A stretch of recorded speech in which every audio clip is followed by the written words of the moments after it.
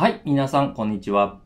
Di video kali ini saya akan lanjut berbicara bagaimana caranya kalian bisa mempersiapkan ujian IJU matematika dengan baik, ya.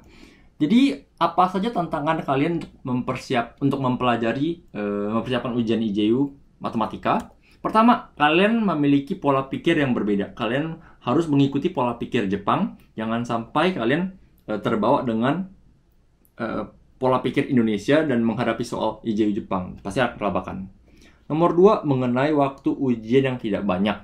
Dan terakhir, mengenai materi yang tidak pernah dipelajari di Indonesia. Oke? Yang pertama, kita lihat. Kita punya soal, contoh-contoh soal ya, yang ada di sebelah kiri itu mengenai Indonesia, sebelah kanan di soal Jepang. Seperti ini, oke? Nah, bedanya apa? Kamu bisa lihat pertama, soal di Indonesia, misal kamu mengerjakan soal Indonesia di ujian nasional, kamu akan mendapatkan pilihan ganda 40 soal, 50 soal ya.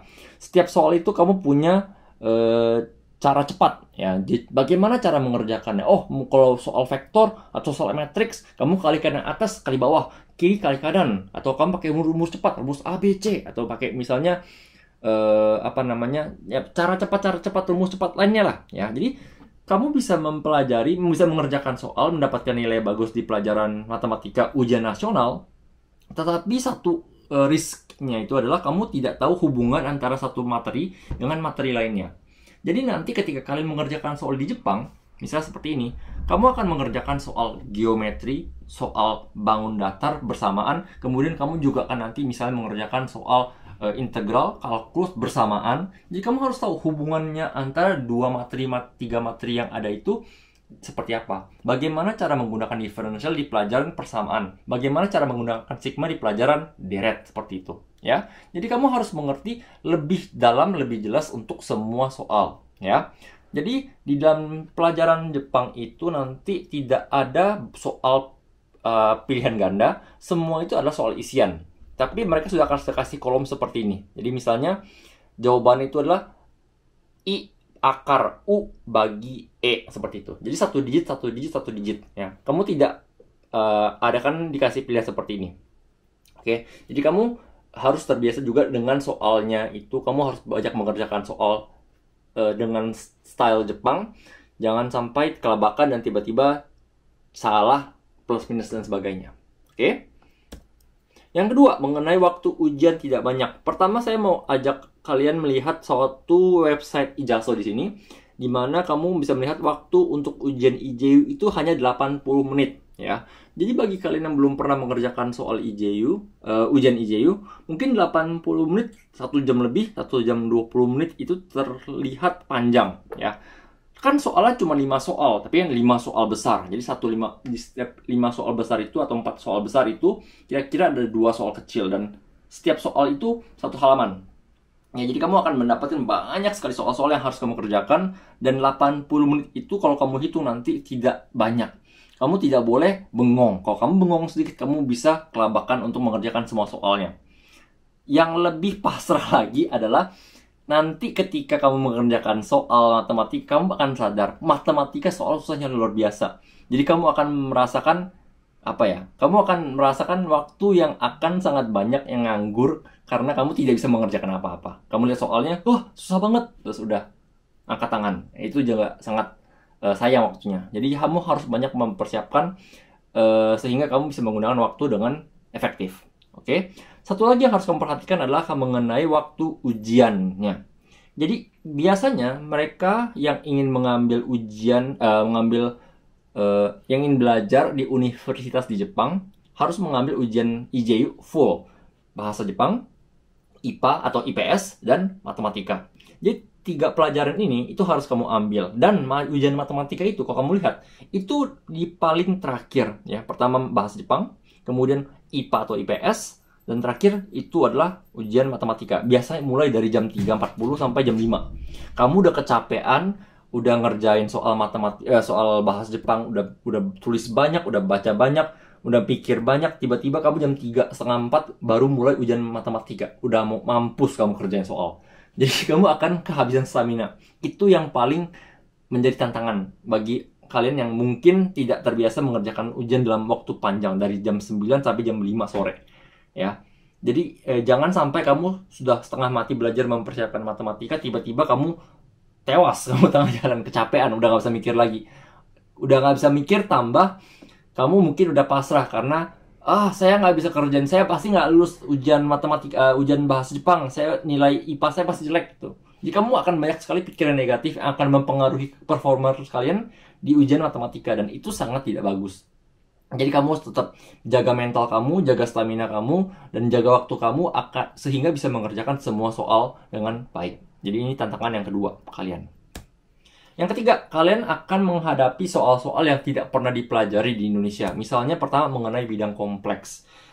Kalian pernah belajar mengenai bilangan kompleks. Misalnya A tambah 2I atau X tambah Y, I atau Jadi kamu ada mendapatkan I. I itu definisinya adalah akar dari -1. Ya, kamu punya bilangan yang namanya bilangan imajiner, dan itu yang kamu akan pakai menggunakan di dalam bilangan kompleks. Ya, bilangan real dan bilangan imajiner kamu gabung dapat bilangan kompleks.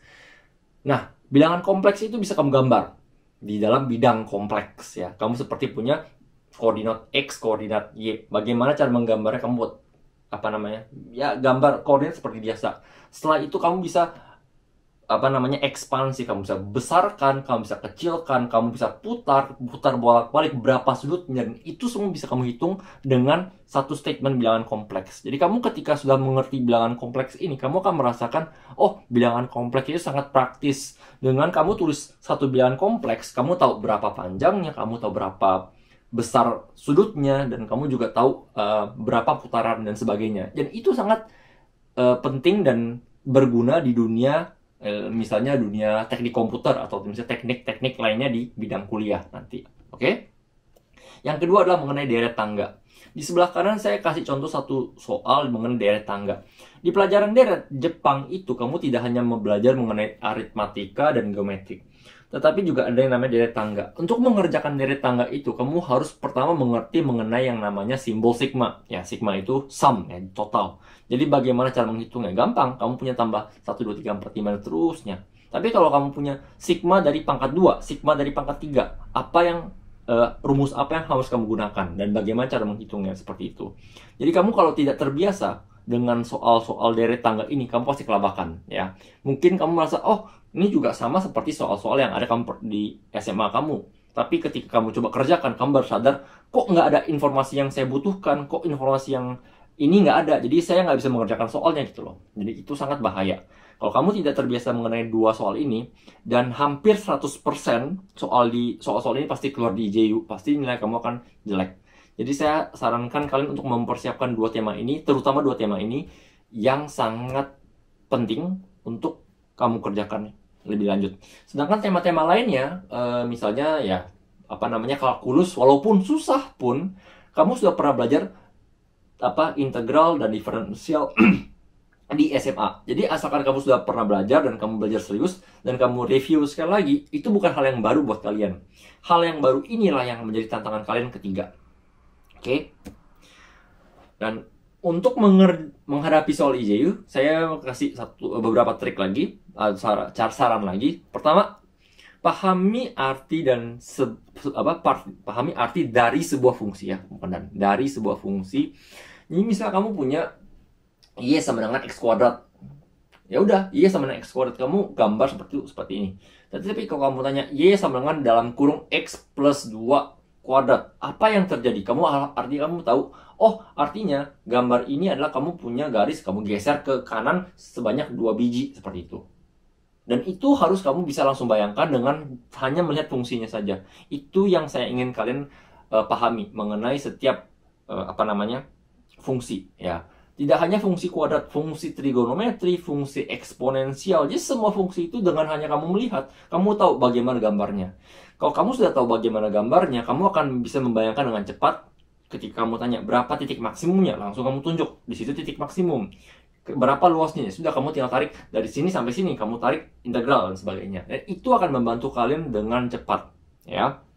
Yang kedua, dan kamu juga harus mengerti hubungan antara satu bab dengan bab lainnya. Tadi saya bilang di sebelumnya, kamu harus tahu hubungan satu sama lain. Kamu belajar mengenai sigma, ya udah. Kamu belajar mengenai deret, ya udah. Tetapi kamu tahu nggak ada hubungan ini dan ini, ya.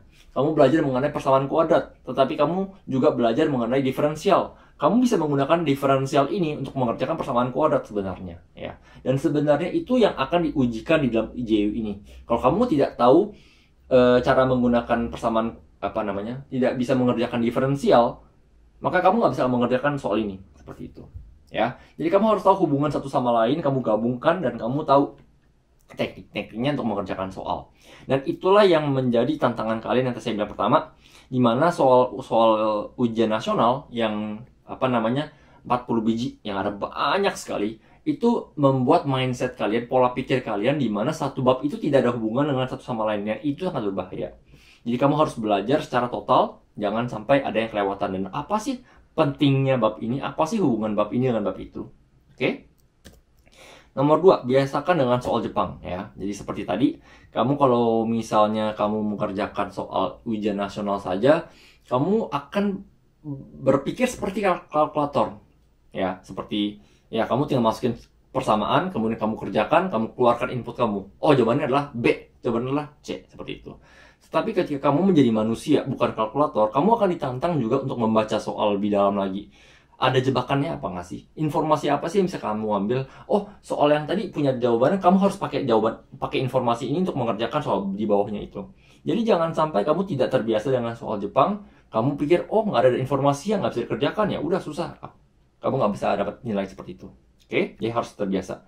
Dan juga mengenai bahasa Jepangnya, ya. Nanti kamu akan mengambil ujian dalam bahasa Jepang. Jadi nggak harus bahasa Jepang, bisa mengambil ujian di dalam bahasa Inggris. Tapi saya sarankan bagi kalian yang benar-benar serius mau belajar di Jepang, harus belajar pakai bahasa Jepang. Nomor 3, bagi waktu.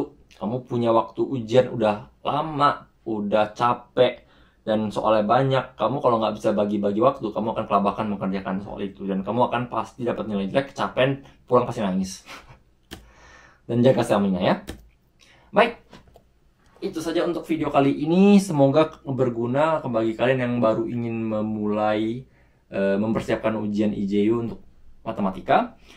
Saya akan ketemu kalian di video-video untuk tutorial dan soal-soal. Saya sudah mempersiapkan banyak sekali soal. Kamu tinggal lihat satu persatu, kamu kerjakan. Seandainya ada komen, silahkan komen, beritahu ke saya apa saja sih trik kalian untuk mengerjakan soal-soal IJU. Saya akan tunggu kalian di video berikutnya. Semangat belajar. Benkyou ganbatte kudasai. Sayonara.